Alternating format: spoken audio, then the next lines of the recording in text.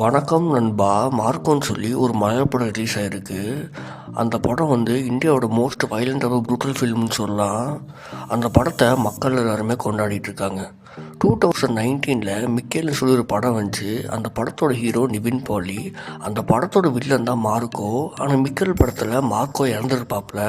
அப்போ நீங்கள் டெக்னிக்கலாக பார்த்தீங்கன்னா மார்க்கோ படம் மிக்கேல் படத்தோட ஒரு ஸ்பின் ஆஃப் கதை.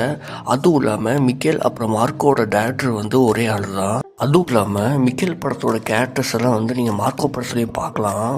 அதுக்கப்புறம் மிக்கேல் மார்க்கோ 2 படமுமே ஒரு ஆக்ஷன் ரிவெஞ்ச் ட்ராமா. மார்க்கோ படத்தில் மிக்கேலோட கேமியோ இருக்குன்னு நினச்சேன், ஆனால் அது இல்லை. அட்லீஸ்ட் ஒரு ரெஃபரன்ஸ் இருக்குமான்னு பார்த்தேன், அதுவும் இல்லை. ஒரு வேளை செகண்ட் பார்ட் வரும்போது அதை உங்கள் எக்ஸ்பிளைன் பண்ணணும்னு நினைக்கிறேன். நீங்கள் முதல்ல மார்க்கோ படத்தை பார்த்துட்டு அதுக்கப்புறம் மிக்கேல் படம் பார்த்தீங்கன்னா உங்களுக்கு நல்லாவே புரியும். அதுவும் இல்லாமல் நீங்கள் அந்த படம் பார்க்கணுன்னு பிரச்சனை இல்லை. ஏன்னா மார்க்கோ தனியாக வேற ஒரு கதை, அதுவும் இல்லாமல் மிக்கேல் ஒரு வேற ஒரு ஸ்டோரி லைனு.